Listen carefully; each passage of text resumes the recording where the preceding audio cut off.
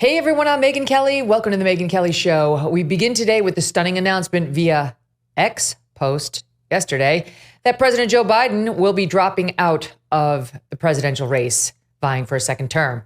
But the very real question this morning is, where the hell is the president? Where is he? Why haven't we seen him? At 1:46 p.m. Eastern on Sunday afternoon, Joe Biden unceremoniously ended his re-election bid with a one-page written statement posted by whoever writes his X account, typewritten, I should clarify. As of this moment, we still have not seen or heard from the president publicly. The news was kept so close to the vest that even top advisors and members of his cabinet say they found out via social media. Stunned White House staffers reported to have broken down in tears at the news. After all, they had been defiantly telling us all for weeks that President Biden was not dropping out of the race, which many of us did not believe. According to an in-depth piece published by Politico and another from the New York Times, here's how at least they're saying it all went down. I'm coming to this with a healthy dose of skepticism. I think you should too. Pieces of this feel like a manipulation. Here's what they are saying. And this is obviously from White House sources to Politico in the Times. On Saturday, Mr. Biden summoned close advisors Steve Geraghty and Mike Donilon to his Delaware beach home, where they socially distanced from the president, supposedly, because of his COVID, to help craft his exit strategy. These are his closest aides. Remember, the White House told us on Wednesday, Mr. Biden is suffering with COVID. Okay. That same night, video showed Mr. Biden appearing to need physical assistance to even get into his waiting motorcade. Can you see this? Try to look. We spotlighted it, but it's alarming. This does not look like COVID. This looks like somebody, I don't know. He can barely get into a car. Look at this. Extremely fragile, slow, rigid. It's hard to see in the dark, but you can see a bit. He is not in good shape. And since then, we haven't seen him. It looks like his security detail actually has to move his legs for him into the SUV. The president was whisked off to Delaware to isolate, has not been seen since. Then comes the paper statement, I'm out. The New York Times says Donilon helped craft the statement. The other guy, Geraghty, focused on next steps, like when to inform staffers, most of whom were kept in the dark, so they say. In fact, as of late Sunday morning, few knew about it. The first to hear the truth outside of that small circle were the vice president, the White House chief of staff, and the Biden campaign manager, who we played for you over the weekend, saying he's in it for the long haul. And then we played you the DeSantis and the Haley soundbite saying, we're in it for the long haul, right before they dropped out. Each of those members I just mentioned reportedly received calls directly from the president. That's what they say. Then just 1 minute before the news broke, President Biden reportedly told other advisors, including Anita Dunn, who manages comms for him. Next came the post on X and the letter that leaves many questions. First, the thing does not include the official White House seal. It's not on White House stationery. It simply says Joseph R. Biden Jr. at the top. Why is that? Don't know. The letter reads, quote, I believe it is in the best interest of my party and the country for me to stand down and to focus solely on fulfilling my duties as president for the remainder of my term. There's no explanation for his decision, and there's no endorsement of his vice president. Curiously, many are questioning if the signature at the bottom of this letter even belongs to the president. Did he actually sign this letter? Under his name is an underline, which he apparently never does.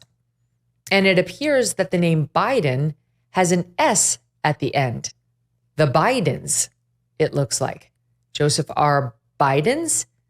It's unlike anything we've ever seen from Joe Biden. On the screen here, you can see a sample of prior signatures from the president. There's no underline, and he doesn't use an S at the end.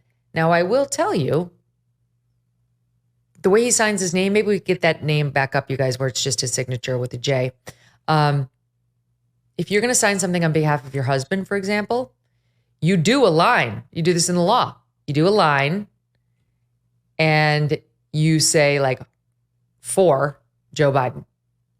That's how you would sign it. Like if I were going to sign it for him, for Joe Biden, I'd do a line to show it wasn't actually Joe Biden. And maybe the S is meant to connote it's from both of them, Joe and Jill. I've got a lot of questions about this myself. Why is there an S? I did go back personally to look at his other signatures just to see if that's just the way his N looks, and there looks like there's an S at the end of it. No, that's not the case. I don't know what the S is doing there. I do think we deserve answers. I'm not going full conspiracy theory on you. Why is that? Why haven't we seen him? Why isn't it on White House stationery? Why does it have an S at the end? And why is there an underline when there never is? What's happening? Is he okay? There are some concerning statements coming out from his brother about how, on a selfish basis, he's looking forward to spending whatever time the president has left with him. What does that mean? He's still our sitting president. He didn't resign the presidency. He's just not running for a second term.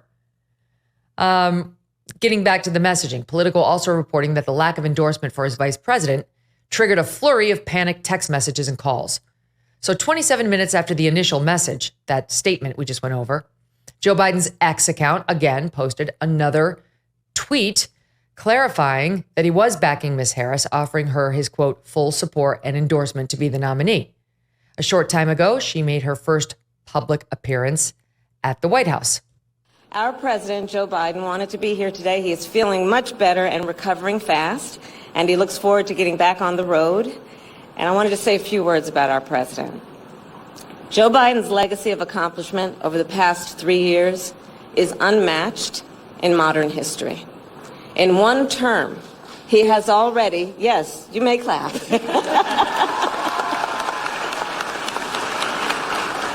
In one term, he has already surpassed the legacy of most presidents who have served 2 terms in office. And I first came to know President Biden through his son, Beau. We worked together as attorneys general in our states. And back then, Beau would often tell me stories about his dad. He would talk about the kind of father and the kind of man. All right, you get the gist. It Joe goes off Biden on a is. personal anecdote, but there she is saying lovely things about the president. He's my hero. He's a hero, and that's what we're hearing all over the media today. So many questions still unanswered. In fact, one of my next guests just wrote that this is the era of the PINO or PINO, the president in name only. That's how it's starting to feel. Joining me now are friends from National Review. Charles C.W. Cooke is a senior writer and host of the Charles C.W. Cooke podcast, and Jim Geraghty is a senior political correspondent and author of the new book, Dueling Six Demons, a great thriller, just in time for summer. Don't miss a moment. Subscribe to this show on YouTube and follow me on Insta, Facebook, and X. One Texan doctor with 0 big pharma ties is sharing a breakthrough medical discovery, and it's about taking charge of your health. No flashy big promises. He's focused on results. Now, he says a unique protein can strengthen your bones, ease joint discomfort, minimize wrinkles, and improve digestion, all by working in harmony with nature and your body's God-given resilience. No chemicals, no weird additives or scary side effects, and some users are reporting significant improvements in just 2 weeks. This Texan doctor is giving you up to 45% off this protein at nativepath.sale/MK. With thousands already experiencing the benefits and over 4 million jars sold, that's huge. This is not a trend, it's a commitment to genuine well-being. And here's the best part. Every order is backed by a 365-day money-back guarantee because your satisfaction matters. You want to embrace a healthier, more vibrant you with stronger bones and more mobility well into your golden years? Consider checking out nativepath.sale/MK right now to claim your exclusive discount up to 45% off. Charlie, Jim, welcome back to the show. Jim, I'll start with you because you wrote that. I guess it should be PINO, right? Rhymes with rhino, Republican in name only. PINO. I guess. Where is he? Because everyone calls.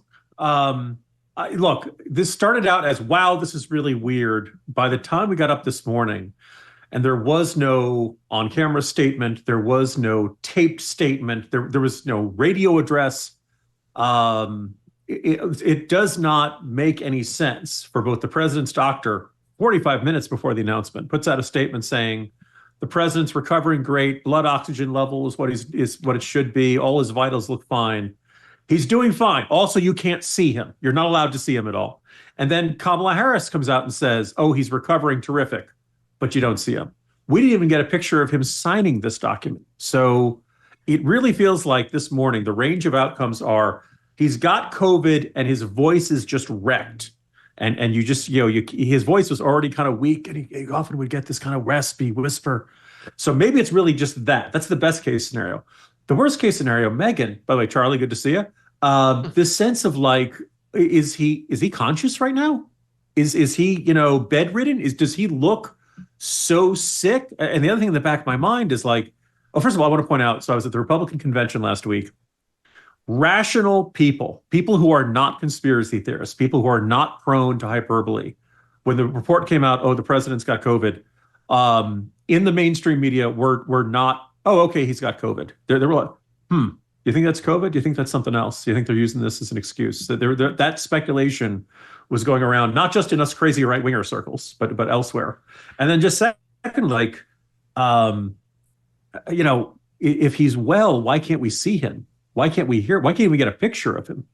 And then you mentioned the comment from Frank Biden. I kind of want to say, we've always thought Biden was too old to serve a second term. Signs have been obvious, but I think really like this is now getting to a kind of a really chilling and unnerving tone to all of this. That we really should be seeing the president by now. This is getting even more scandalous, Charles, because he is the sitting president. This would be bad enough if he had announced he was stepping down from his second term bid and the presidency, and we weren't seeing him. People would have questions. Where is he? Why isn't there at least a still shot? All of that is traditional. Not for an announcement like this, but when the president's issuing a large paper statement or something, they'll often show him signing legislation. They'll just show you at least video of him. But he's the sitting commander in chief, right? He still does have the nuclear football. So where is he? And how long could they possibly keep him out of public sight? I find this very weird too. You know me, Megyn, I'm an anti-conspiracy theorist. I'm a skeptic. I think the three of us might be the last three saying President Trump lost the 2020 election. We are very slow to jump on popular beliefs just because they're popular. So yes, for us three to be saying this is weird tells people something. Right, it's weird. And President Trump did lose the 2020 election, as you say. and you throw up a conspiracy theory and I will knock it down. But this is odd. Now, again, I'm not saying it's a conspiracy. As Jim says, it could just be that he really is sick and seems feeble and doesn't want to be seen. But the thing that is particularly bizarre about this, from my perspective, is that there hasn't been anything. There hasn't been a photograph that wouldn't be affected by his voice. There hasn't even been a TikTok in, not the app run by the Chinese Communist Party, I mean a moment-by-moment account in the newspaper of how this went down. This note was released on Twitter without his staff knowing. They were surprised by it. So all of the usual coverage that we would expect to see has been missing. And it does make you wonder. I mean, look, it is not new for the White House or the press to cover up presidents who are in dire straits. This happened with Woodrow Wilson in the last year of his second term. It happened with Franklin Roosevelt. There's better reason for that one, I think, because we were engaged in a world war, but nevertheless, his health was covered up. Many of Kennedy's health problems, and indeed his dalliances with women who were not his wife, were covered up by the press. In Britain, Winston Churchill had a stroke and was essentially incapacitated for 6 months, and the press hid that. So it's not beyond the reasonable thoughts of reasonable people to wonder whether the White House and the press might, for 24 hours, be trying to hide Biden's condition. And I've had the same thoughts as Jim. I mean, perhaps it's that he has really bad COVID, but perhaps he's had a stroke. I mean, perhaps he's on a ventilator. It would be good to know, because this is about more than just the election. Now, the Democrats have only cared about this because of the election. The reason that he was kicked out, he's not a wonderful, selfless man. He was kicked out. Nancy Pelosi made it clear what would happen to him. The reason he was kicked out was because he was losing, and losing badly. The Midwest was gone. And he was losing in states such as New Hampshire and New Mexico and Virginia, which you just don't want to do, to Donald Trump, of all people. But he's still the president. And because he's still the president, not only does it matter, as you outlined, but actually as voters, as citizens, we do have a right to know this. We don't have a right to know the internal machinations of the Democratic Party. It's a semi-private institution. We do have a right to know whether the president is able to be photographed or filmed saying he's dropping out. That's absolutely right. Jim points out in a great piece on National Review Online today as well, and our nationalreview.com. Politico's reporting the White House chief of staff, rather than Biden himself, informed the cabinet of the decision. Mm-hmm. So, I mean, he can't make phone calls? That's not what, like, is he dying of COVID? I thought Paxlovid would solve this. So, before I go any further, I want to point out that as important as what you do, Megyn, and what Charlie does, nothing we do is as important as the presidency. But if for some reason we couldn't continue doing our jobs, we would want to tell our readers and our listeners, hey, here's what's going on. And I'm sorry, I'd like to be able to continue. It's that letter had one paragraph that just said, it's best for me to focus on my duties as president right now. No explanation of this is a health issue. No explanation of my advisors have come to me and said there's no path to victory in the general election. No path that it's time for me to pass it. It's just there. It's just two sentences in it. And I will tell you more later. And we're coming up probably by the end of this program, we'll hit 24 hours where not only have we not, seen the president, there's just nothing further. And I'm just saying, if you're president, wouldn't you want to tell the people? Wouldn't you want to say, my fellow Americans, it has been my greatest honor to be your president, but that time is coming to an end, and here's why. Lyndon Johnson did it from the Oval Office. This is, completely weird. Just because it just, and the other thing, I've one or two people said to me, Jim, it's the most bitter pill he's ever had to swallow, and he's so upset and he's so frustrated he just can't look at anybody, and that's why he's not doing it. Well, you're the president. You can't.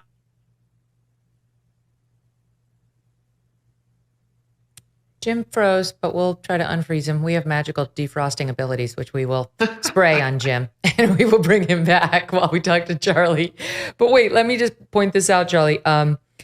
This is also from Jim's piece this morning. He's citing the news about Frank Biden, the president's younger brother, in that statement that I just read, that I just paraphrased. The actual statement is, I'm incredibly proud of my brother. He said this to CBS News. Selfishly, I will have him back to enjoy whatever time we have left. He's a genuine hero. Again, this is the younger brother, whatever time we have left. And Jim goes on to write as follows. The president's brother was then asked whether he felt the president's overall health and vitality played a role in the decision. And he answered, in my humble opinion, absolutely. So his health, of course, did play a role. Oh, look, my defrosting abilities work on Jim the same way they work when I make the dinner in the microwave. Go ahead, Jim Geraghty. Megyn, Charlie, I'm sorry. I just froze like Biden at a White House event. I just kind of suddenly couldn't move. I guess in light of that, I really shouldn't joke about his health condition. But just kind of to wrap up my point that the fact that Biden isn't out there to tell us when you kind of figure he'd want to is another sign that something is very wrong and we're not getting told the whole story. Okay, so here's where I wanted to go with it, Charlie. You guys are old enough, at least Jim is, and I think you're old enough for this reference, Charlie. I've been mentioning it the past couple of days, and I finally pulled a clip. It was a movie called Dave, and it starred Kevin Kline and Sigourney Weaver. And the plot of Dave is that the president has a stroke and is incapacitated, and rather than being honest about that and transferring power to the vice president, his staff hires a lookalike who, also played by Kevin Kline, is a dead ringer for the actual president and convinces him it's in the best interest of the country for him to step in and pretend to be the president. Not even the first lady is let in on the secret. And I really have to wonder whether something not too far from this scene is happening right now. Watch.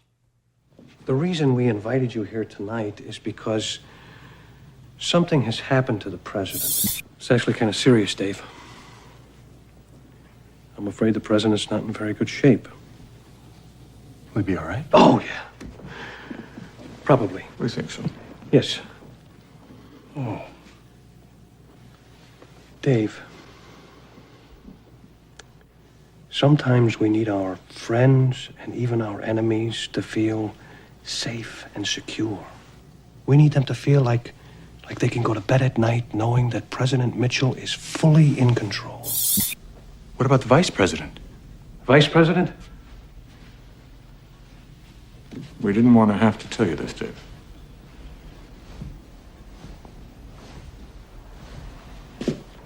But the vice president is mentally unbalanced. Dave, the country is sick. And you're going to get it to the hospital. I mean, hello? That literally could have happened on Sunday morning, as far as we know. Not with a lookalike, but the rope-a-dope, right? Where they're doing what they think is in the best interest for the country, Charlie. He's got to step aside. But we really have no idea whether he's fully functioning physically or mentally behind closed doors. Yeah, I hope that's not happening. I have seen that movie, and it ends with them contriving the most insanely left-wing set of policies that you've ever heard of. I mean, policies that Bernie Sanders would say, wow, that's a bit far. So let's hope that we're not headed towards that conclusion. I think he gets Charles Grodin to come in and he does the books. That's his buddy who's his accountant, and he comes in and does the White House books. And they realize, because of course, the budget couldn't be balanced for years by Congress or other presidents, but his accountant buddy comes in and just works it out. It's just classic Hollywood. But no, I mean, look, the other reason that it is important for this to be resolved by the White House is that there will be a lot of people out there who are irresponsible, who will start making hay of this and spreading conspiracy theories, not saying, hey, this looks a bit weird, this should be addressed, but spreading actual conspiracy theories.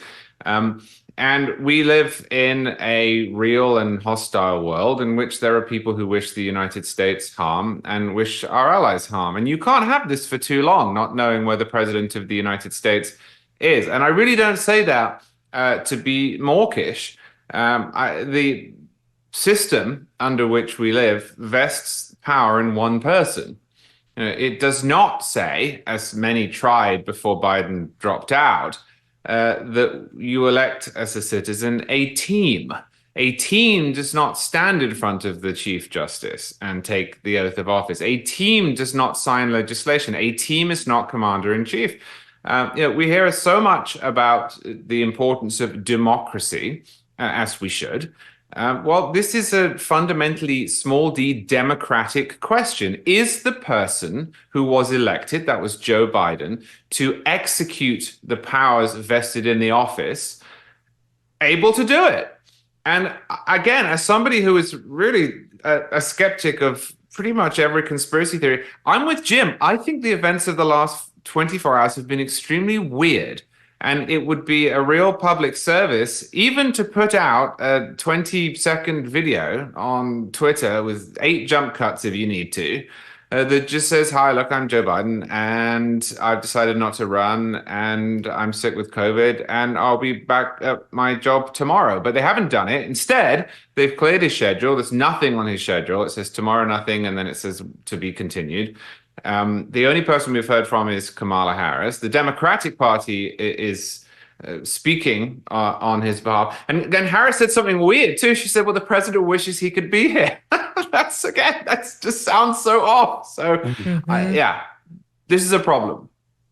The official explanation, at least in Politico, which clearly, they say they had conversations with 22 people granted anonymity to discuss sensitive matters, is that these 2 top aides, as I said in the intro, Donilon and the other guy, went to see Biden, and that they presented damning new information in a meeting that would hasten the end of Biden's political career. These were updates on fundraising. We know that it had almost stopped, but at least they write slowed considerably. And they carried the campaign's own polls, which came back this week and showed the path to victory in November was gone. In particular, battleground polling, which others around the president reportedly believed these 2 guys were withholding from Biden up until this weekend. I don't believe it, Jim. I'm not sure. That just doesn't sound right. They were, Joe Biden didn't know what the battleground polls were up until Saturday when the two aides finally talked him into it. You know, I know Pelosi was saying we can do this the nice way or we can do this the rough way. And this is kind of like a walk down the Hollywood Walk of Fame. But here's what I actually think happened. I think that he was threatened with something else. They know something else about Joe Biden, Pelosi or somebody else, and it's probably related to health. And they were going to let him have it. I mentioned this yesterday in our special right after the news broke, but it took me back to this scene in The Godfather when Frank Pentangeli was going to turn on Michael Corleone and he was ready to testify at the Senate hearing, but then they dragged in his uncle from Italy and he knew it was going to happen to his family if he actually did. And he did a 180. Here's some of that. Here and now, under oath, were you at any time a member of a crime organization headed by Michael Corleone? I don't know nothing about that. Oh. I was in the olive oil business with his father, but that was a long time ago, that's all. We have a sworn affidavit. We have it. Your sworn affidavit that you murdered on the orders of Michael Corleone. Do you deny this confession? And do you realize what will happen as a result of your denial? Look, the FBI guys, they promised me a deal. So I made up a lot of stuff about Michael Corleone, because that's what they wanted. But it was all lies. Everything. So they threatened him and the mob, and he wound up giving them what they wanted, which was not to say the truth. And I really think Nancy Pelosi pulled a Don Corleone on Joe Biden. And the question I have today is, what did she have? What was it? What was the pain? And I don't believe it was polls or public statements about the polls, which we were all seeing anyway. Yeah, no, that is the first point, Megyn, that like, it's very hard to believe, the fundraising dried up. The fundraising dried up right after the debate. And that was like 4 weeks ago. That's very hard to believe that, we just realized the fundraising was bad. The polling's been bad for 3 weeks. And it's very hard to believe that their internals could be dramatically different from that. By the way, let us point out that not just Joe Biden, but a whole bunch of left of center commentators insisted that since the debate, there had not been any significant drop. And, it's basically a tie. It's essentially tied. Oh, look at this one poll. The 538 model still has Biden ahead, all this kind of stuff. We can now determine that was all nonsense. That was all spin. That was all trying to gaslight you and say, to keep Democratic morale up. Democrats saw the same debate everybody else did. And I think everybody knew at the end of that debate that the odds of Joe Biden getting a second term were, infinitesimally small and that things were bad. The question, and you asked the issue about health. Look, even during the basement campaign in 2020, people were saying, hey, we're not seeing very much of Joe Biden. But at least they had the excuse of, hey, he's in his late 70s. We don't want him out shaking a lot of hands where people are coughing and stuff like that. But around Afghanistan, the disastrous withdrawal, Joe Biden did not appear in public for 5 days, which was, again, a little weird. When Biden did come out and make public appearances after the disastrous withdrawal, he would make a short statement, probably about 10 minutes, reading from a teleprompter, turn and take no questions.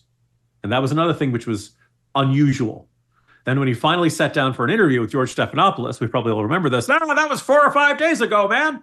It was not a good interview. That Biden did not seem on top of it during a national crisis. And right around then, I wrote a piece that I got a lot of grief for. This is entitled "Something is Wrong with the President." Now, I didn't pretend to have any clairvoyance or sense, but like the fact that he was not out in front of cameras, answering questions, disappearing for long stretches, something's wrong. And he's in his late 70s, 80s. The other thing I want to observe out of this is that, look, Biden had a bad debate and everybody kind of hoped and expected something better was going to happen.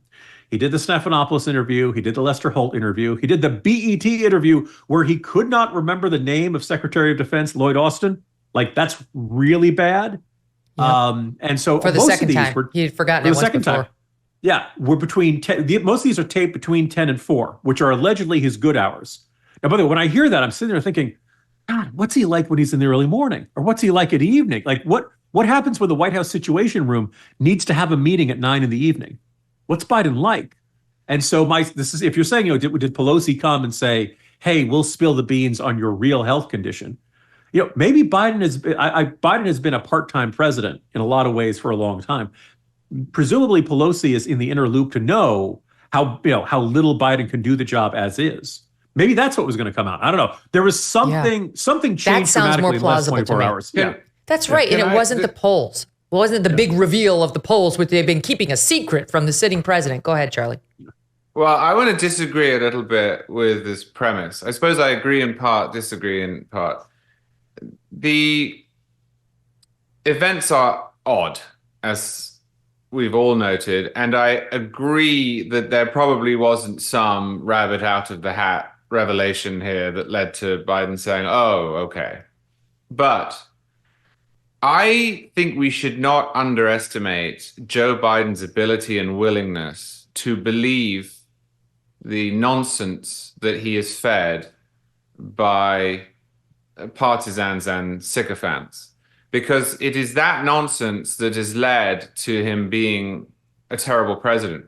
One of the things that I personally find distasteful to enraging is this fluffing that we're now seeing across the political world of Biden's record. Most consequential one-term president of all time, wonderful, patriotic man. I mean, first off, he had to be forced to step down. This was not George Washington resigning his commission or declining to run for a third term. This was a man who pushed it until, and we don't know what his condition is now, he was essentially on the floor.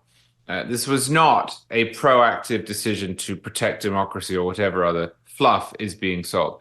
Second, he's not a good president. He's been a terrible president. He is one of the worst presidents that I can think of, and the public knows it, which is why his approval rating is where it is, at the lowest ebb of any president in modern history. Now, the reason I mention this is that despite all of that, Joe Biden, right from day one, has allowed himself to be convinced of things that to most neutral observers are preposterous. Right at the beginning, having come in on a marginal victory, 30,000 votes go the other way in swing states, and Trump's president again. The Democrats did much worse in the House than they expected, and he had 50-50 Senate, which really should have been 51-49 Republican, but they, of course, blew that election. He was convinced by a bunch of left-leaning historians that he was Franklin Roosevelt, that he was Lyndon Johnson, and then he tried to do it.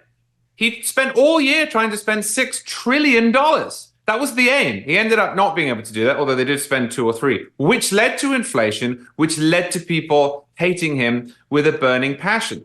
If you look at some of the readouts, and in some cases leaks, of the calls that he's had with governors and representatives and others within the Democratic firmament in recent days, not his public pronouncements, what he has said to people in private, he seems honestly, genuinely, earnestly, fervently to believe that he is an indispensable man, that he put NATO back together, that no other president could have done any of the things that he has done. And I mention this just to say, although I agree with you that there probably wasn't some slide deck that made him say, wow, okay, it's time to go, the climb that those who were trying to persuade him will have had to make must have been considerable, because he actually thinks it. He's not aware that he's a stopgap bridge mediocrity and always has been. He really thinks that he's a world historical figure. And that has played into what's happened over the last month. He and his wife both seem to think that. And it is one of the questions still on the board, which is, did he make the decision, or did she make the decision? Really, the only reason I say about Jill is because that signature is weird. And you can do a slashy and then the person's name. That wouldn't be unusual. I've seen it many times. And I wonder if it was a sleight of hand where, I can't imagine she would resign him from his second term without his consent. That seems like crazy talk, but we've been lied to so much by this administration and this White House, and in particular, those two, about his health. Anything's possible. I don't trust them. And I know, obviously I'm not alone. Millions of people do not trust them, Republicans and Democrats alike have more than ample reason not to trust them. Okay, next up, I'm going to take a quick break, but I want to talk about obviously it's going to be Kamala. But I want to talk about the odds of the Democrats sticking another knife in Joe Biden, because it'll be easier for her to win if she's already the sitting president. Is the knifing done, or is there more knifing to come?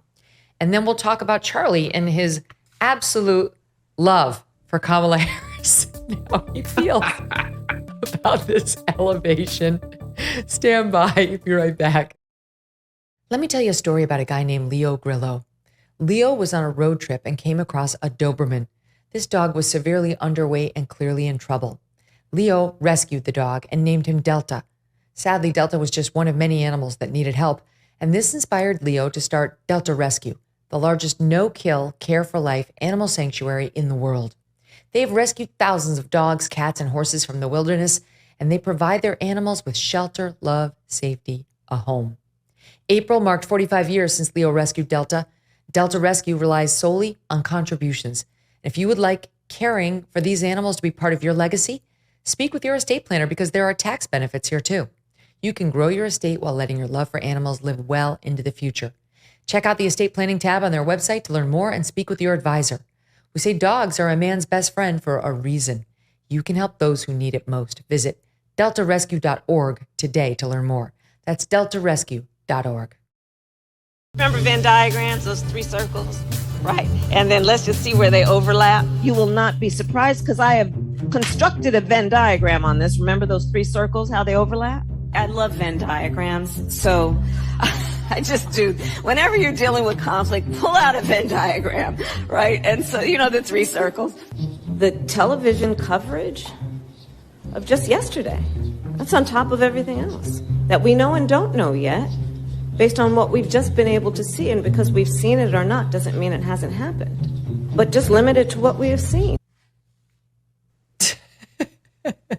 Welcome back to the Megyn Kelly Show. My guests today, Charles C.W. Cooke and Jim Geraghty.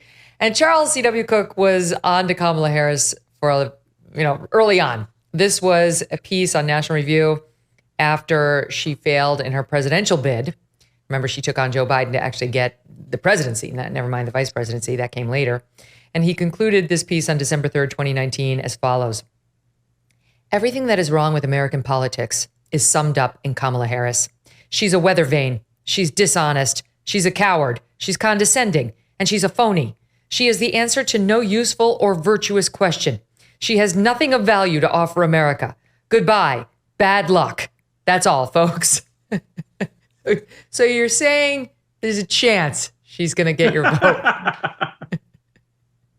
That post, I think, is correct. Unfortunately, it came in the context of my saying good riddance from American politics, because at the time, she had flamed out spectacularly.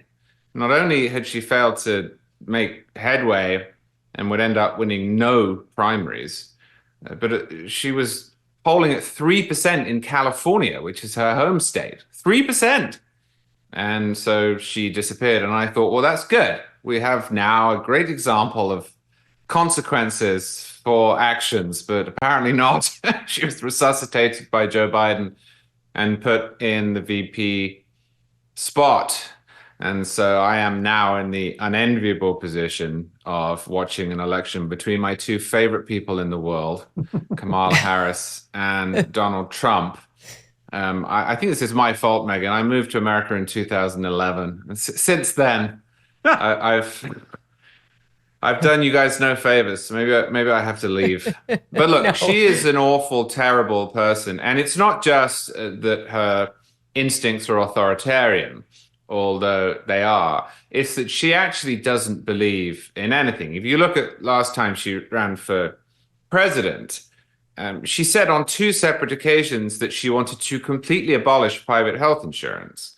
On the first occasion, she agreed with the proposition by putting up her hand. But the second time, she was asked about it on the stage directly. And she said in this incredibly flippant way, yep, that's it. We've got to move on. It's got to go. Done. 150 million people have private health insurance. And she was just going to get rid of it. Well, this was not too popular, and she noticed. And so she subsequently said, I misunderstood the question. No, you didn't. You didn't misunderstand the question. That's what you thought you had to say at that point, because if you go back to the 2019 Democratic Party, support for single payer was a prerequisite until Biden won. And perversely enough, given the way he's governed, actually moved somewhat to the right. She is a catastrophe. And my only question is whether or not the press is going to be able to turn her into something in a short space of time that will give her a good shot. I keep hearing skeptical Democrats saying, look, we don't have enough time to introduce her.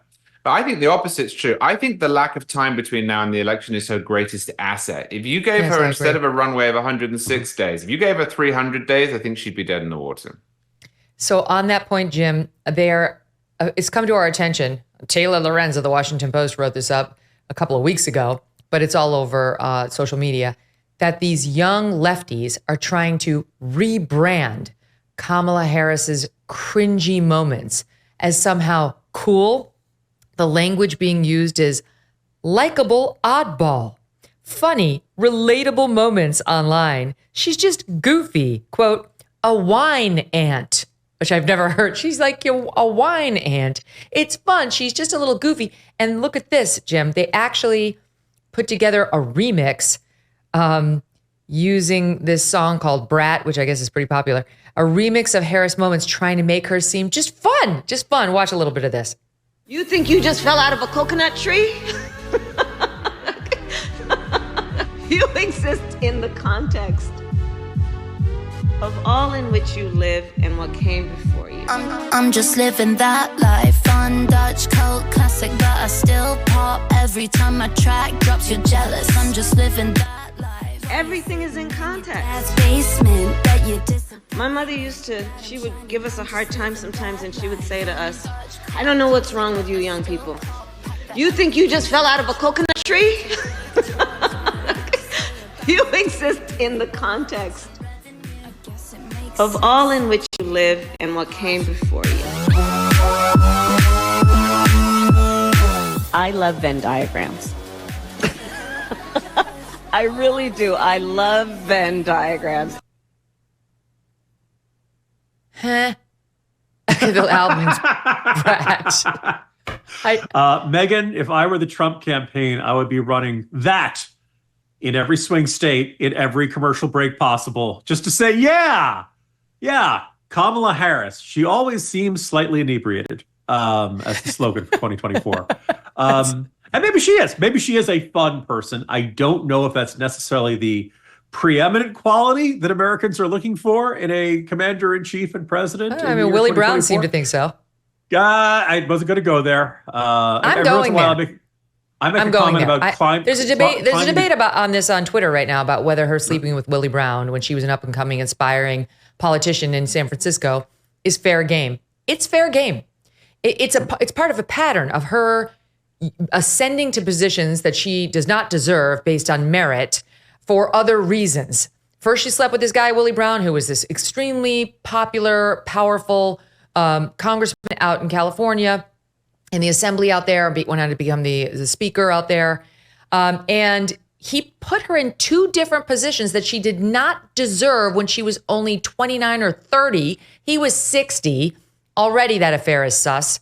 And she was making the equivalent of $130,000 a year by today's money for meeting twice a month for these medical boards and another position for which she had zero qualifications.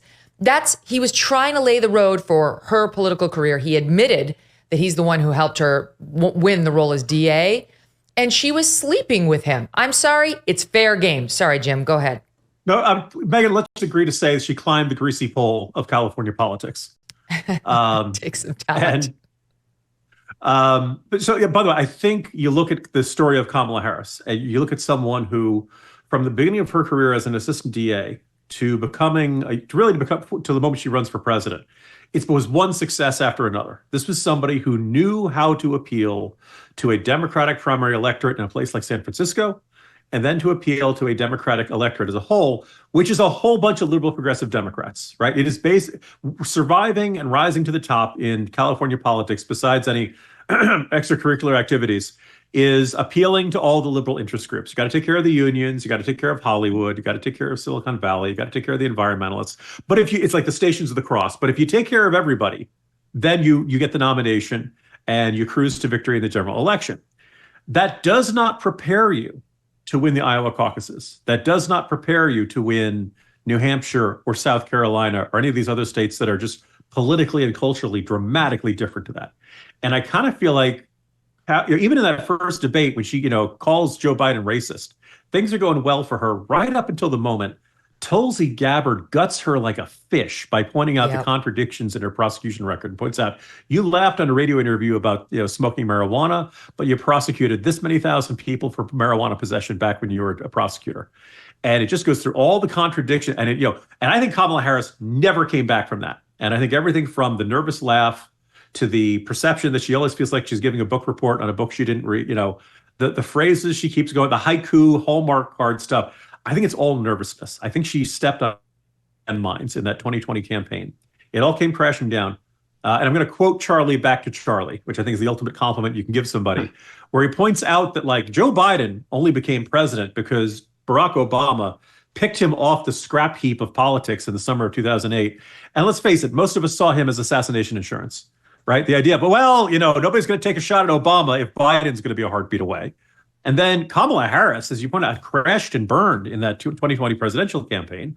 And then because Joe Biden had promised he was going to pick an African-American and promised he was going to pick a woman, there weren't that many options. And he picked her, which I think, we can all kind of agree, did not work. And the fact that he chose to run for a second term was an ipso facto declaration that he didn't think she could beat Donald Trump one-on-one in the general election. And yet, here we are. There's a very interesting Axios piece out that says Biden doubted Harris's election chances, that he hesitated to drop his reelection campaign in part because he and his senior advisors worried about her. They did not think she was up to the task of taking on Trump, according to 3 Biden aides familiar with recent talks. According to the 2020 campaign, his aides recall watching Harris interrogate her then chief of staff, Karine Jean-Pierre, to the point that it made others uncomfortable. I'll defend Kamala Harris on that. That's easy to do. I mean, you ask her anything, anything. Yeah, everybody you watch grows any White House uncomfortable. briefing, and that looks like more of the same. That's I mean, she thinks the Nobel Prize is the Nobel Prize. She said it repeatedly. The Nobel, the Nobel Prize. So that would grow uncomfortable quickly. They said she wasn't a team player. She stayed away from any task with risk. And then there's this nugget.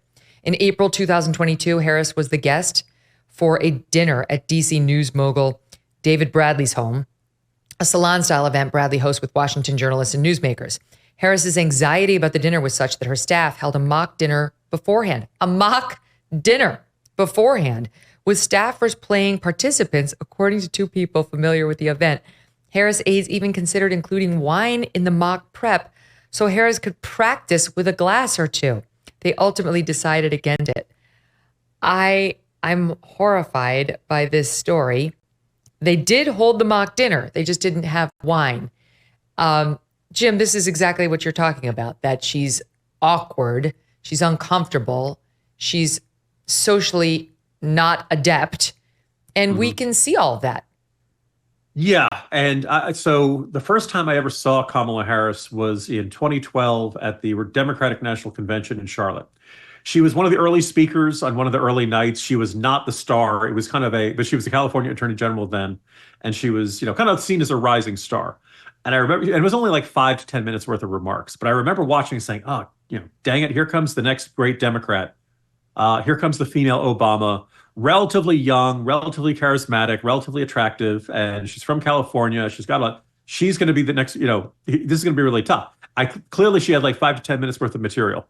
And then, but it's interesting to see somebody who was once so self-assured now seems to second guess herself and be very nervous in these things, terrified of saying the wrong thing, and then often ending up saying the wrong thing, like, I've been to the border, when she had not.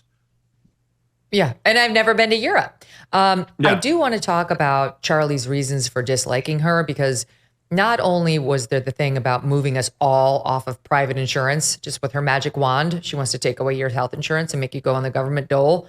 But she also wants to take away guns. She's made that very clear. She was a co-sponsor of the Green New Deal. She believed Jussie Smollett. She called Jacob Blake, who pulled a knife on cops, a hero, something along those lines, and more. So we're going to pick it up there, and whether, notwithstanding all that, they're going to try to knife Biden again to get her in a better position for this race right after this break. Do you ever think, how can I work this hard and still be in debt? The piles of overdue bills, the threatening phone calls, never having money to do anything. If you are trapped in debt, Done with Debt can be a way out. They have developed aggressive new strategies to end your debt permanently.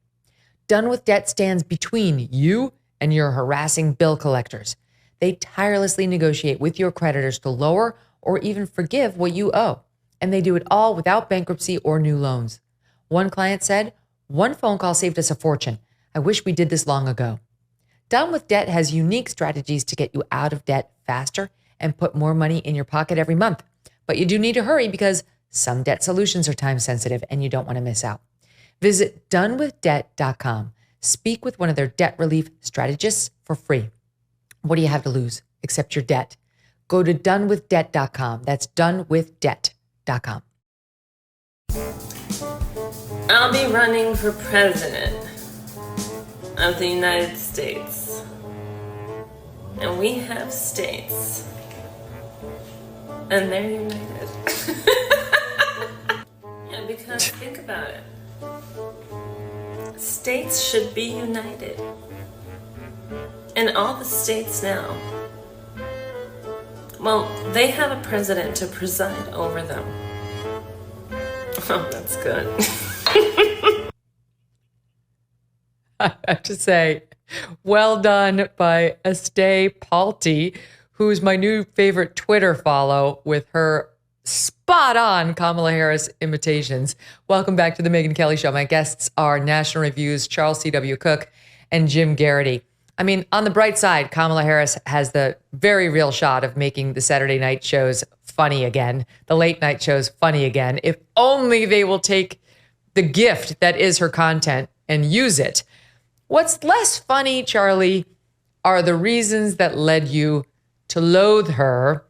Grabian put together a list, a sort of a budded soundbite of some of her more controversial stances, some of which you outlined a moment ago. We're going to play just part of it, but here's a bit. Sod 11. So I decided I was going to start prosecuting parents for truancy. What else do we know about this population, 18 through 24? They are stupid. They make really bad decisions. Do you believe that Americans should have the right to vote at age 16? I'm really interested in having that conversation. Convicted, in prison, like the Boston Marathon bomber, on death row, people who are convicted of sexual assault, they should be able to vote? I think we should have that conversation. She thinks we should do away with the Electoral College. Is that, do you agree with that? I think that I'm open to the discussion. I am prepared to get rid of the filibuster to pass a Green New Deal. But would you support changing the dietary guidelines? Yes. The food pyramid, what people yes. to reduce red meat specifically? Yes, I would. So would you ban offshore drilling? Yes. Do you ban plastic straws? I think we should. Assault weapons that are already in circulation. What do you do about those? We have to have a buyback program, and I support a mandatory buyback program. Mandatory. Charles, take it from there. Well, I think there's three things. I divide those into three groups. The first one is, as I said earlier, that she doesn't believe in anything at root. And so that was her stock phrase, was I think we should have that conversation. There was almost nothing you could say to her at a certain point in 2019 that wouldn't lead her to say we should have that conversation. You could say to her, do you think that we should nuke California, where you live? And she would say, I think we should have that conversation. So she's a coward. That's the first part. The second thing is that she's flippant. Every affirmative answer she gave there was flippant. The health insurance answer I mentioned was not within that, but she was flippant when she said it. Yeah, move on, do it. 150 million people off the restructure a sixth of the economy, and your answer is, sure, why not? Let's do it. As if you've decided to leave the pizza place that you're at and go somewhere else because the line's too long.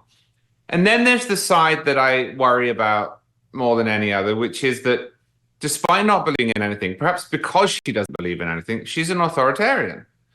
She said we should have a mandatory buyback program for assault weapons. Well, let's decode both of those euphemisms. Assault weapon is a standard modern sporting rifle. There's 25 million of them in circulation, the most popular rifle in the country. They're more popular than the Ford F-150. That's assault weapon. Mandatory buyback. Well, buy back what? Buying it back from me? The government didn't own it. What that means is confiscation with some it's not for sale. Remuneration. Right.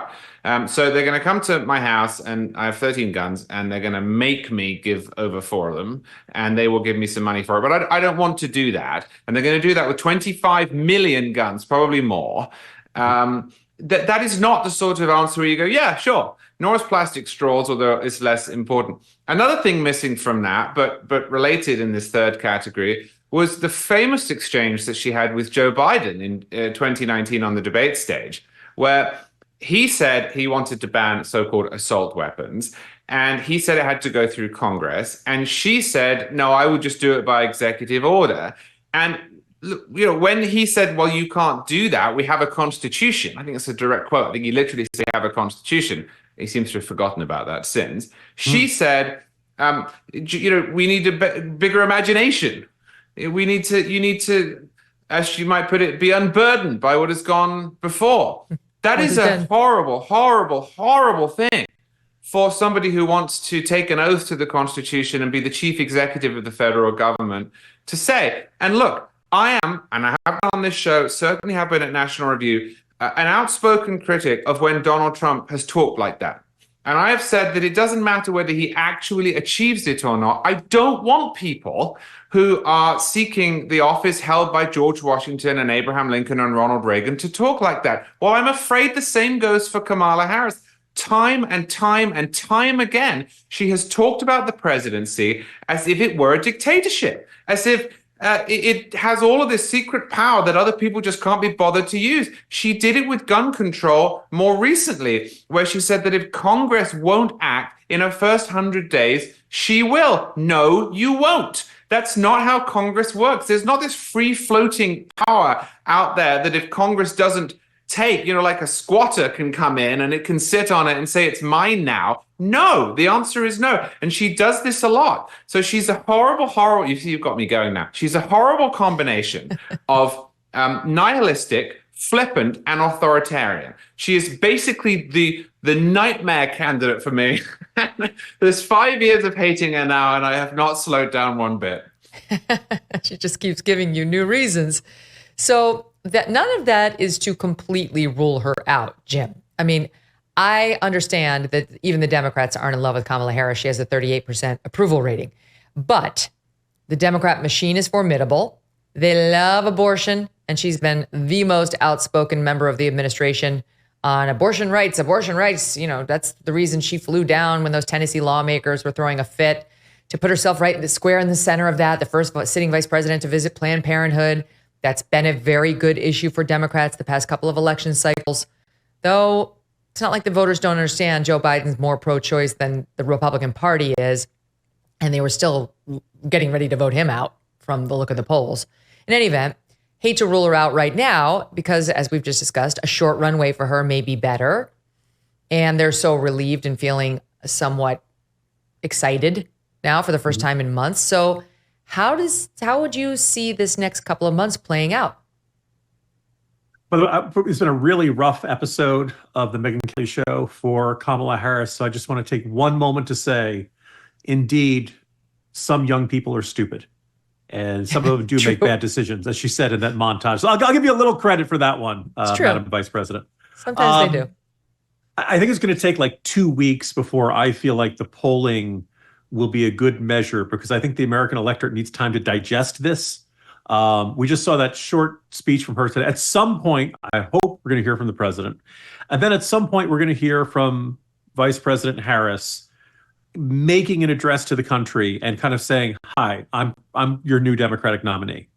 But let's point out that, like, if Democrats really wanted to, they could find some way. They could leave a horse's head in her bed or something like that, since we're using Godfather metaphors, and have Gretchen Whitmer and Josh Shapiro, governor of Michigan, governor of Pennsylvania. And then you've probably locked up 2 of the 3 blue wall states. And you probably would feel pretty good about your odds in that scenario. But Democrats don't want to go with that. They want to stick with Kamala Harris.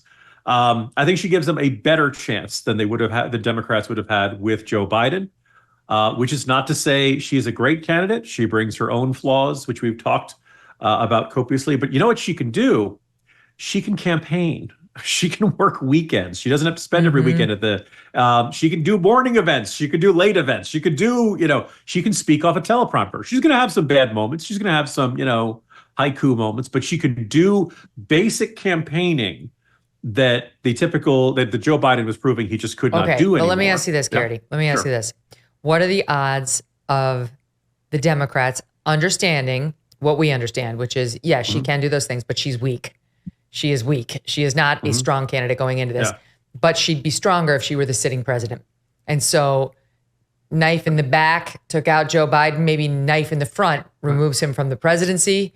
And maybe they tested for more than just COVID when he went in last week. And now we've come to the realization that he's got to step down because of X, Y, whatever the diagnosis is, because whatever blackmail material there was to make him step down from second term could still be used. I mean, this is not a nice group of people. We've seen that.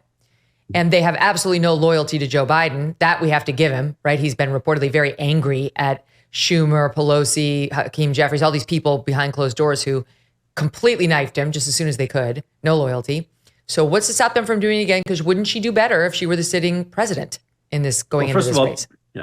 First of all, Megyn, can we point out the weirdness of being in the position of thinking that Kamala Harris is terrible, that I don't want to see her elected, and also simultaneously believing she should be taking the oath of office this afternoon? Same, Jim, same. Right? She's terrible. But on the other hand, she seems to be mentally all there, close enough, and Biden isn't. We don't see Biden, right? So, by that standard, she should be the commander-in-chief right now. And it's conceivable that people around Biden will draw that same conclusion. But I think being president for 6 months would be an advantage. It would say, this is what I can do.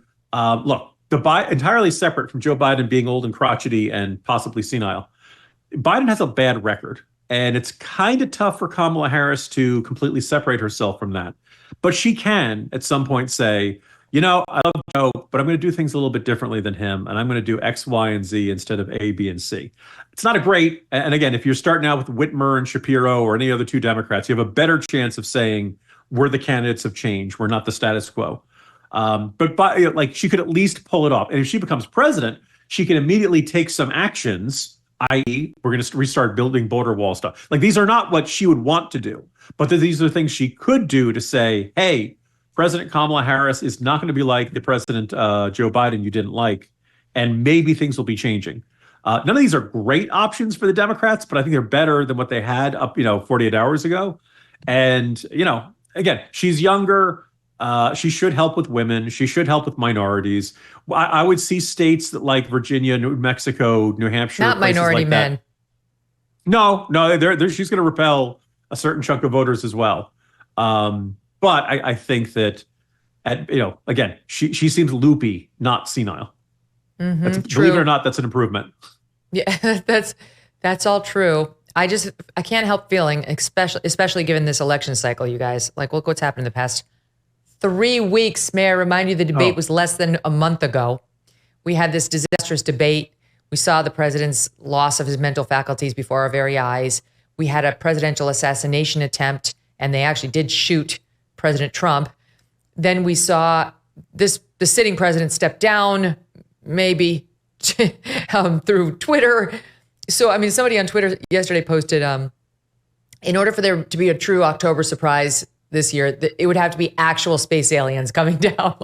How much more could they raise the stakes? The amount of news that's coming at us. So my point is, don't rule anything out. We could be in for yet another wallop where Joe Biden steps down from the presidency. They elevate her. Before you guys go, I have to ask you about the Secret Service hearing that's taking place on Capitol Hill right now. It's pretty extraordinary, pretty dramatic what's happening. So the head of the Secret Service, Kim Cheatle, is before the House, and she is, man, on the hot seat. This is very rare, but both parties are pummeling her. Republicans and Democrats are both outraged over this attempted assassination. It was obviously a dereliction, and she's provided so few answers. She's been irritatingly closed-lipped about the whole thing. So that continued today. She wouldn't say definitively if the gunman acted alone. She wouldn't say if he placed the gun on the roof before firing, because that's one of the questions. How did the gun get up there? She wouldn't reveal why the former president had been allowed on the stage, given the number of times that the gunman had been spotted over and over and over and even deemed suspicious. That's one of the questions everybody's asking. Why would you allow President Trump to go out there when you knew there was a threat that you hadn't yet contained? Okay, but she did reveal no one's been fired. That's par for the course for this administration. No one's been disciplined. Why hasn't she resigned? And when she was asked, when will we get answers on all these important questions? They're out there right now campaigning. Is the system broken? What's been changed? Who's been fired? She says, maybe we'll get some answers in 60 days. So this is kind of crazy. Both the Dems and the Republicans doing an admirable job of getting after her. And it culminated in this moment where Congresswoman Nancy Mace of South Carolina finally lost it. Watch. Was this a colossal failure? It was a failure. Yes or no? Was it a colossal failure is the question. Yes or no? I have admitted this is a terrible... This is a yes or no series of questions. Was this a colossal failure? Yes or no? Yes. Would you say the fact that we had to issue a subpoena to get you to show up today as being transparent? Yes or no? I have always been yes or no? You didn't want to answer the question. Committee. We had to issue a subpoena to get you to show up today. Okay. Would you say leaking your opening statement to Punchbowl News, Politico's Playbook, and Washington Post several hours before you sent it to this committee as being political? Yes or no? I have no idea how my statement got out. Well, that's bullshit. Has the Secret Service provided this committee a complete list of all law enforcement personnel that were there that day? Have you done that? Have you provided a list to the Oversight Committee? Yes or no? I will have to get back to you on that. That is a no. You're full of shit today. You're just being completely dishonest. Well, she put it out there, Charles. Checking the language, which we don't normally hear in congressional hearings. I share the sentiment. I also don't believe that it wasn't leaked. And it is incredibly frustrating to hear, be a week plus out with so few answers and zero resignations. Yeah, and those, of course, are two separate questions. The details of what happened here matter enormously, and the lack of specifics is infuriating. But the lack of those specifics, in my view, is completely separate from the fact that she should have resigned, and if she didn't resign, she should have been fired. This is the part I find incomprehensible. First off, she should have resigned. I don't understand how you don't resign. And in the 1980s, when the Argentinian military invaded the Falkland Islands, the British Secretary of Defense resigned. It wasn't his fault. It wasn't as if he'd missed any intelligence. He just resigned because it was his job to stop that happening, and he hadn't done it. But if he hadn't have resigned, Margaret Thatcher would have fired him. What is Joe Biden doing? Even from a completely personally, politically motivated sense, shouldn't he fire him? Is there anyone in America who would say, oh my goodness, now Joe Biden has fired the director of the Secret Service who failed to protect Donald Trump, I'm not going to vote for the Democrat? It seems to me an easy win, and it hasn't happened. So there's two problems here. One is there should have been these reflexive resignations. And two is we're not getting information that is really important.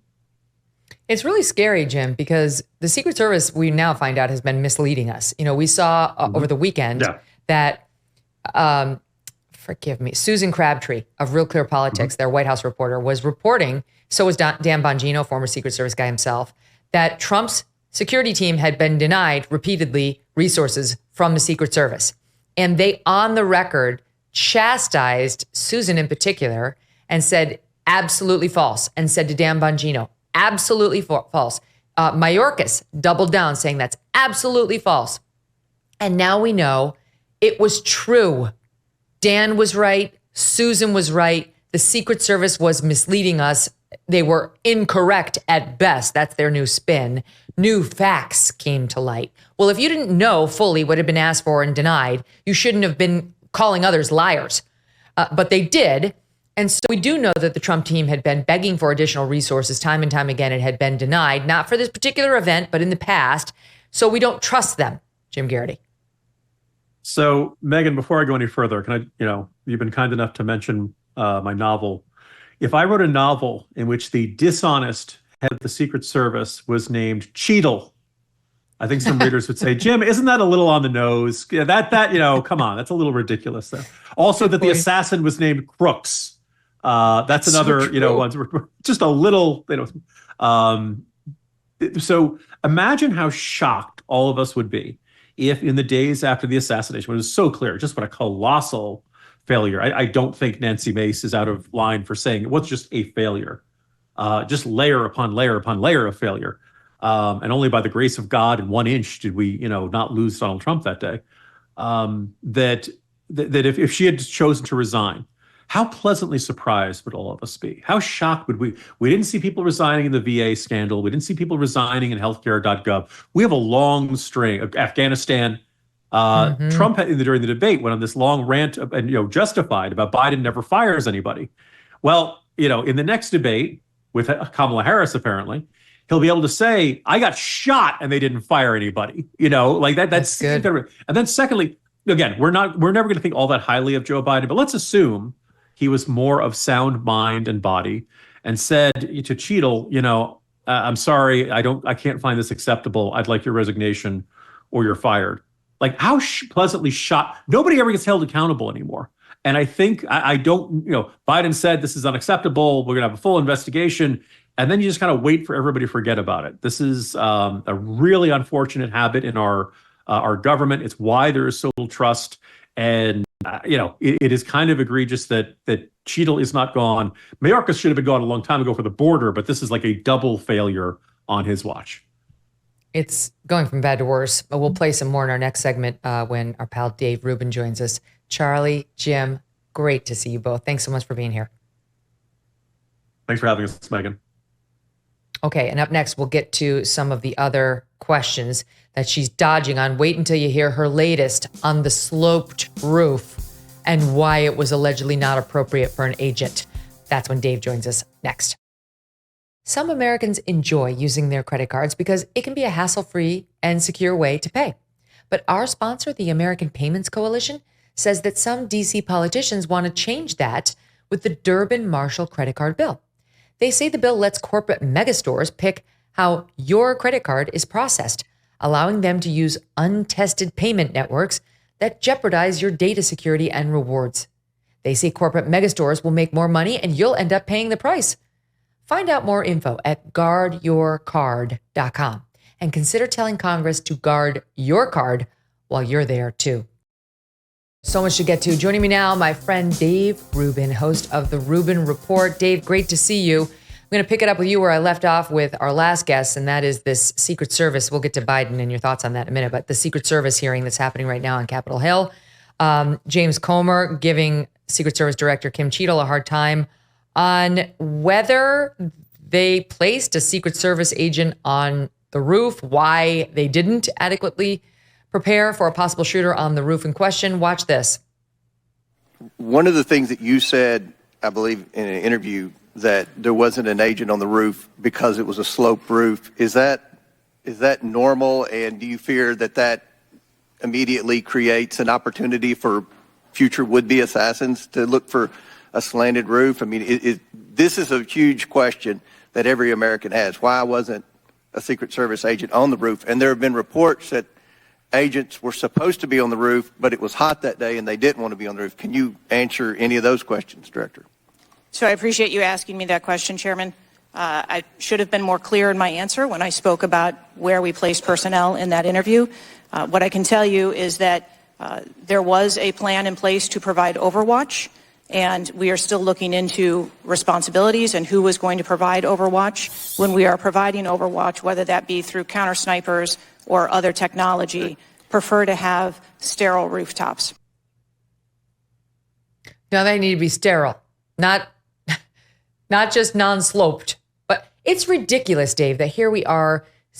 Well, I guess it's 8 days after the fact, 9 days after the fact, and she still can't answer exactly who made the call to put it outside the security perimeter, and who made the call not to station an actual Secret Service agent there, and who made the call once that was decided not to have eyes on the local law enforcement to make sure they had the roof covered, not from inside the building. Megyn, I got to tell you, I am highly caffeinated today, and in light of the events of the last 8 days, I am going to pull no punches on the Megyn Kelly show today. She has to step down right now. If she had any honor, she would be stepping down in the middle of this hearing. I don't know what she just said right there, but it's completely irrelevant. This rooftop that we're talking about was not an A-frame rooftop like on a barn where you actually might need some ropes and things to stay up there. Anyone could stand on this rooftop. There's the meme going around of a cow on a slightly inclined rooftop right now.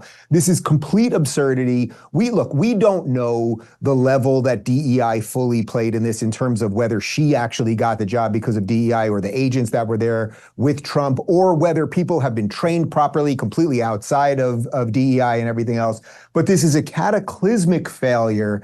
And the problem that we are having across society at almost every level right now is that no one takes responsibility for anything, no matter what happens, whether it's COVID related, whether it's an assassination attempt related or anything else.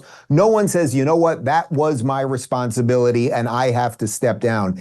She is an absolute, utter embarrassment. That was complete word salad right there. I don't care about Overwatch or anything else. We've all seen the image. I know you put it up on your show where you can just so cleanly lay out the visual that the shooter had on Trump, the sniper on the shooter and everything else. This should have absolutely never happened. And I have to say, God bless Donald Trump for even being out there at the Republican convention, knowing that it largely seems that not only is the system rigged against him, but who the hell knows what's going on with security right now.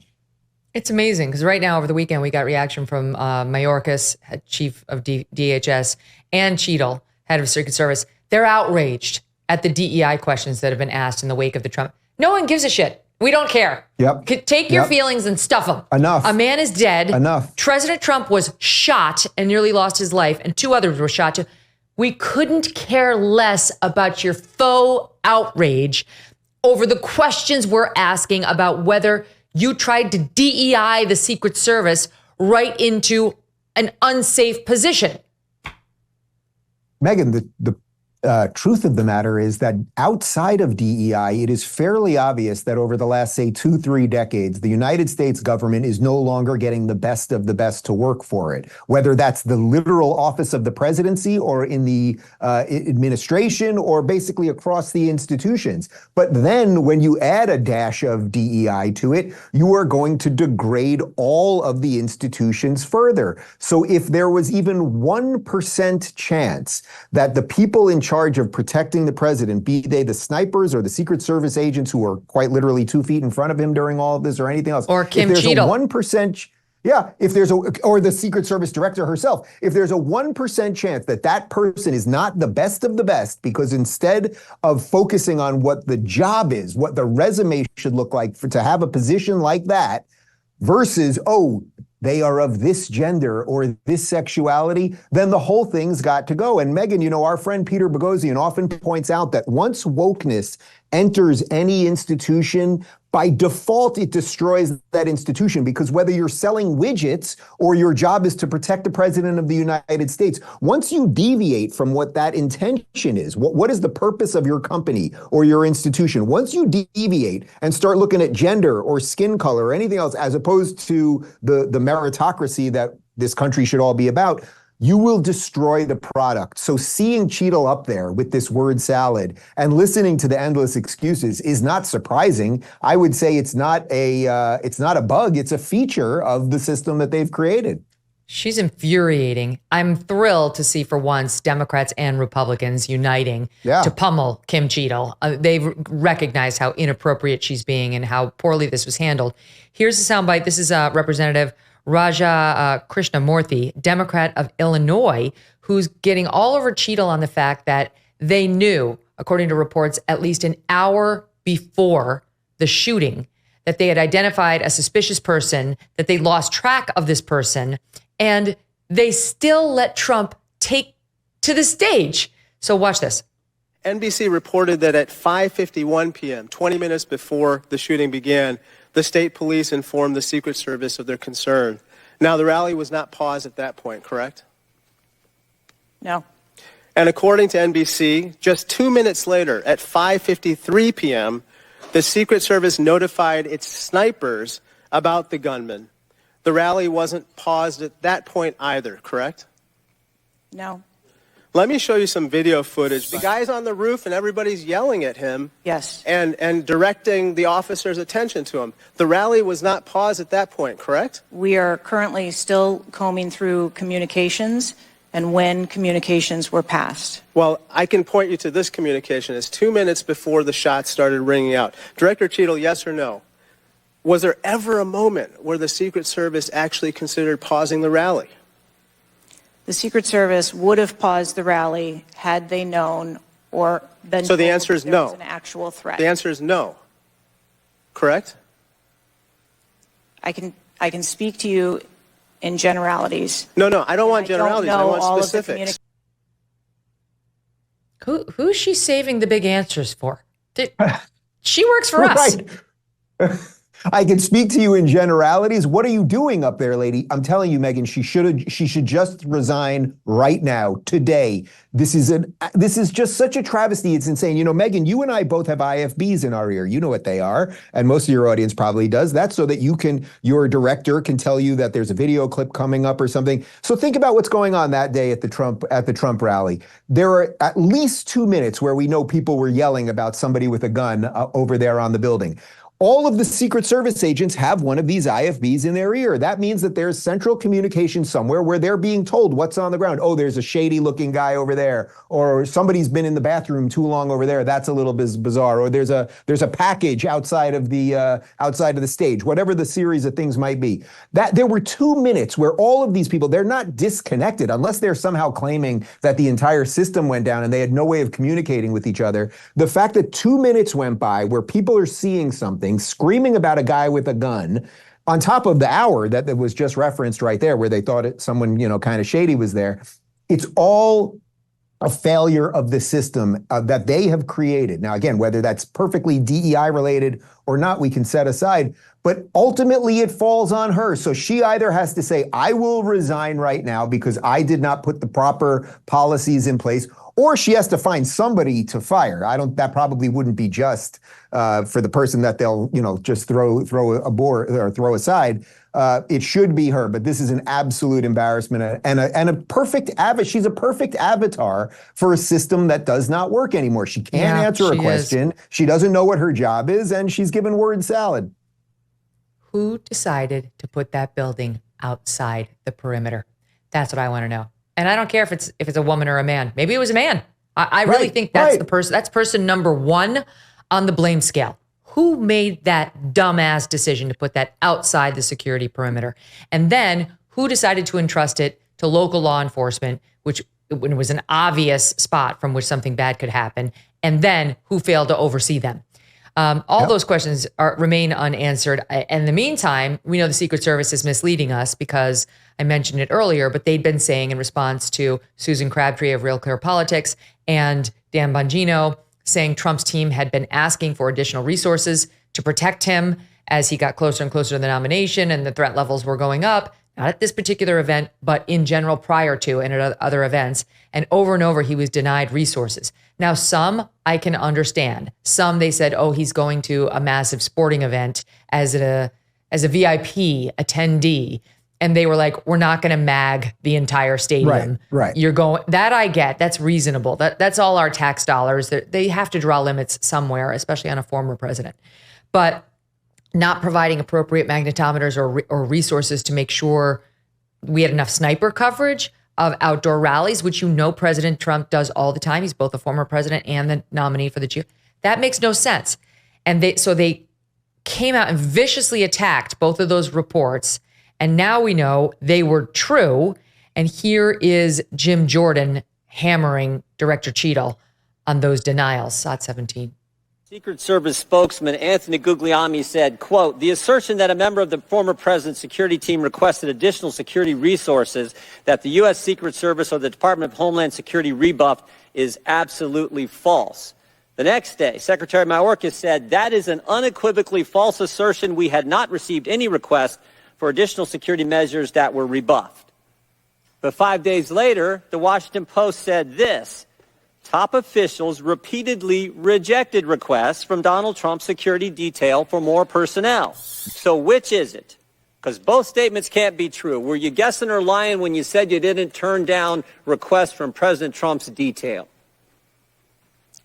Neither, sir, and I appreciate the question. Well, what were you doing? Because those statements don't jive. So what I can tell you is that for the event in Butler, there were no requests that were denied. As far as requests... Well, maybe they got tired of asking. Maybe you turned them down so darn much, they said, not worth asking. A denial of a request does not equal a vulnerability. That's a new story. The reports were not that they asked for resources for Butler.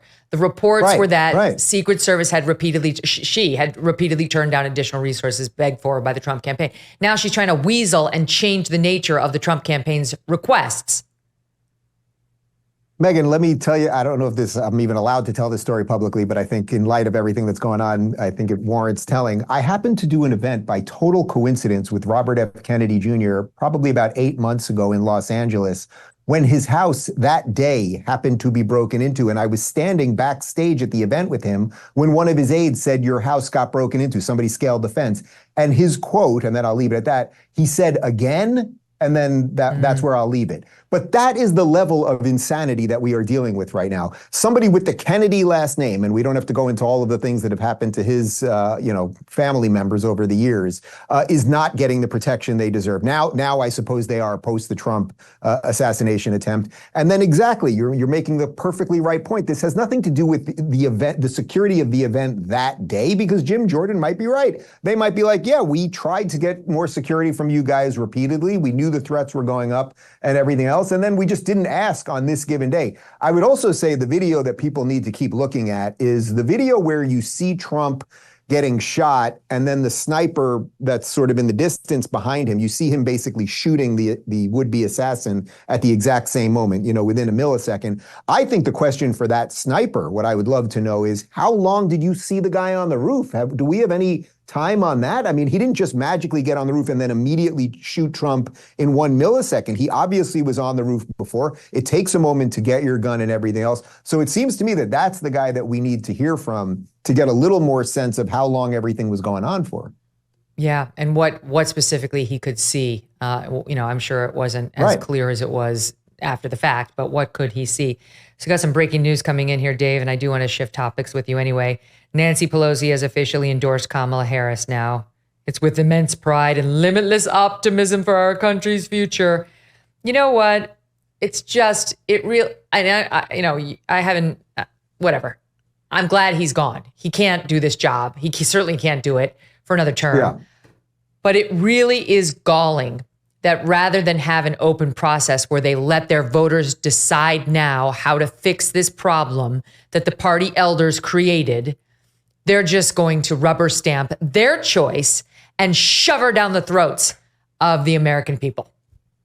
Yeah, it's really disgusting, but this is what the Democrat Party has become. This is what I and a whole bunch of other people, former Dems, have been warning about, that the radicalism in the party would lead to something like this.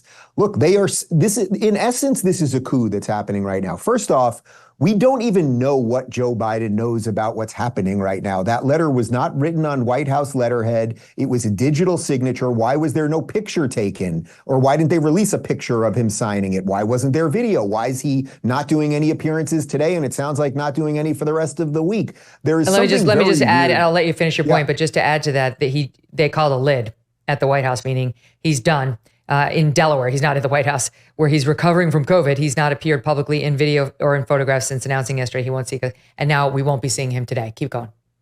Right. I mean, the president, in essence, just stepped down. Now, I understand he's still president, so to speak. De facto, he's still president. It still says his name at the desk at the White House, at the Oval Office.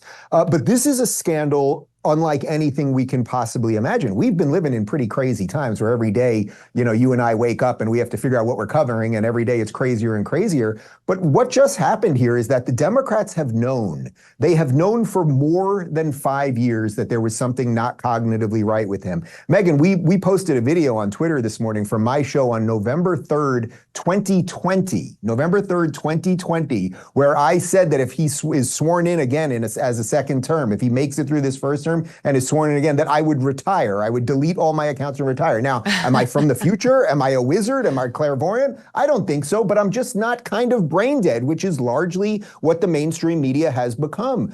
You were also talking about this for a long time when nobody else was talking about it. It was obvious.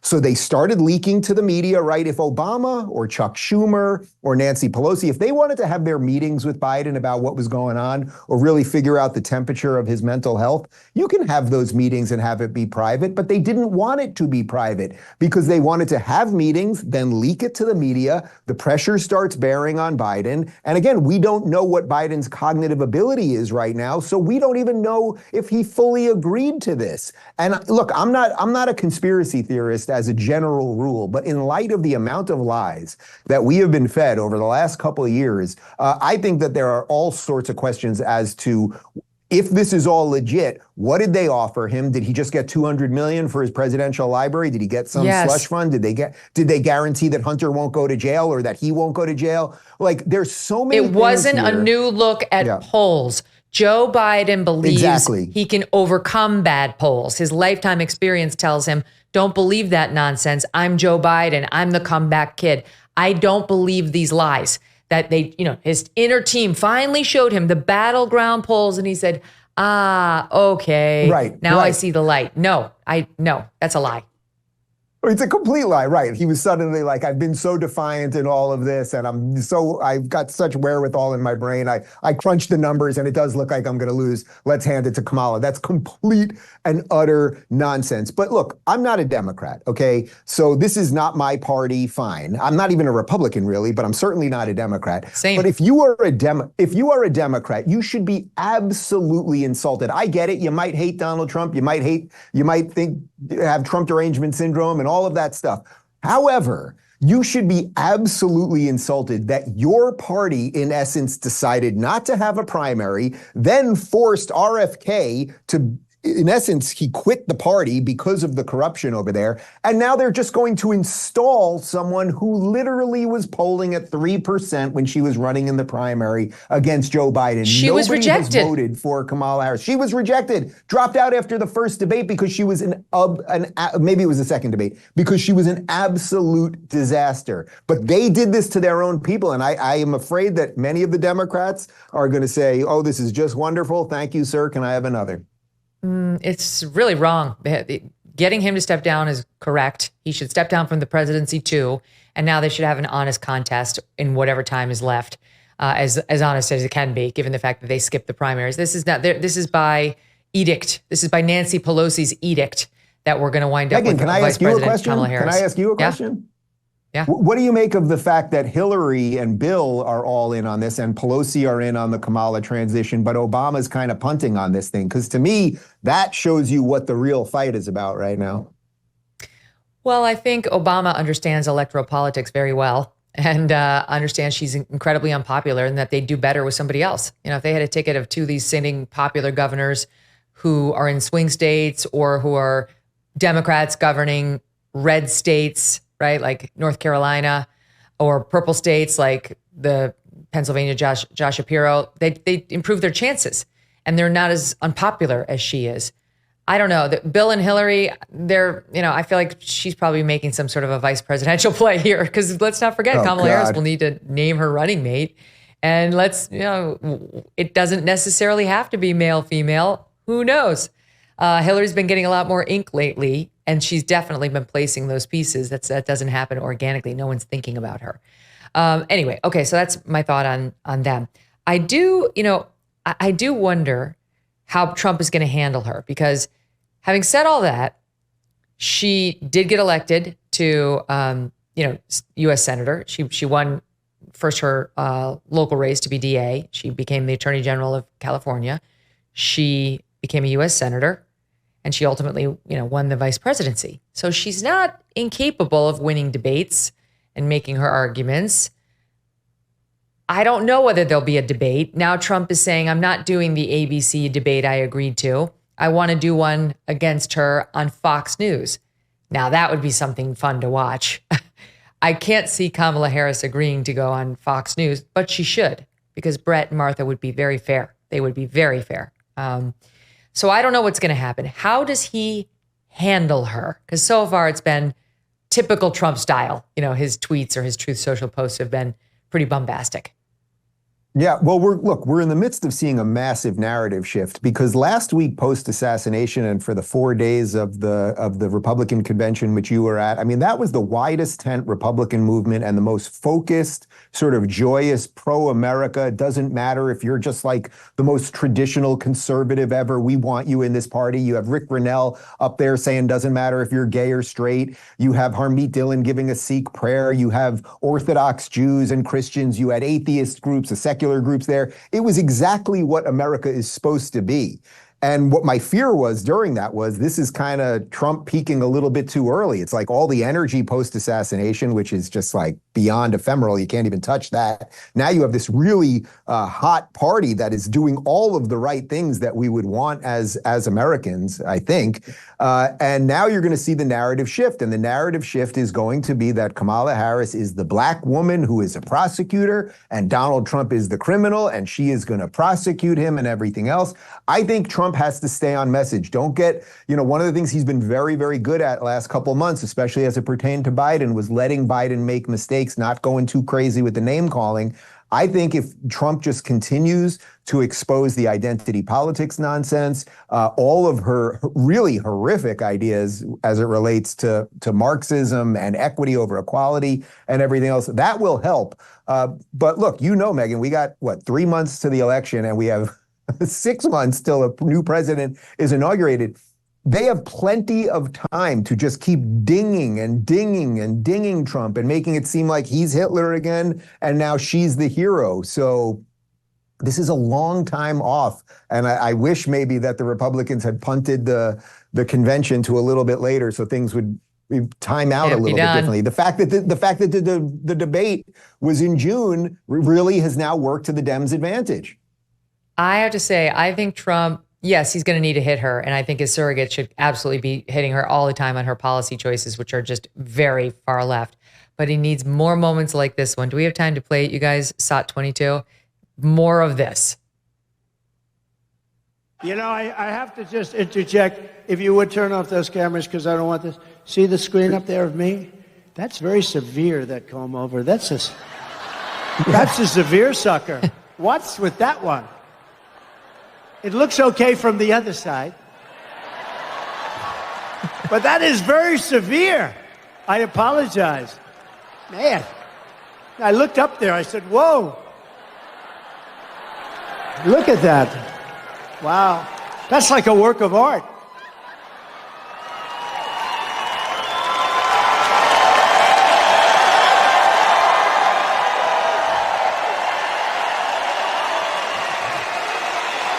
Only look at that one. Don't look. That one looks. Charming, self-deprecating, and funny. His positives should be on full display. That is more substantive than anything you will hear about from Kamala Harris in the next 3 months. I promise you that. But even the fact that he can do that completely off the cuff in the middle of the speech, and it's funny, and you're right, it's self-deprecating. It shows that he's human, or that his mind is even thinking about that for the slightest degree as he sees it in the screen over there, and he goes with all of that. It is incredible, but somehow the man who is orange with the craziest hair plugs in the history of the world is more authentic than everyone on the other side. The authors of The Matrix should be, you got to tap your hat to them. Absolutely. I will say he's got a smaller bandage on his right ear now. It's like a small tan one. And you still have the lunatics out there like Olbermann saying he was never shot. So we'll leave you with that on this lovely Monday afternoon. So much more to get to tomorrow. Dave Rubin, thank you. Always a pleasure. Good to see you, Megyn. And thanks to all of you for tuning in today and every day. If you want to see our special coverage from yesterday, it's racking up the numbers still online. Go to youtube.com/Megyn Kelly. And while I have you, go to megynkelly.com. You can sign up there for my one email a week in which I tell you what happened. We post a lot of fun behind the scenes content from the RNC. It's doing really well, and I think you'll love some of the pictures, including me and my old pal, Bill Hemmer. Check it out. We'll see you tomorrow.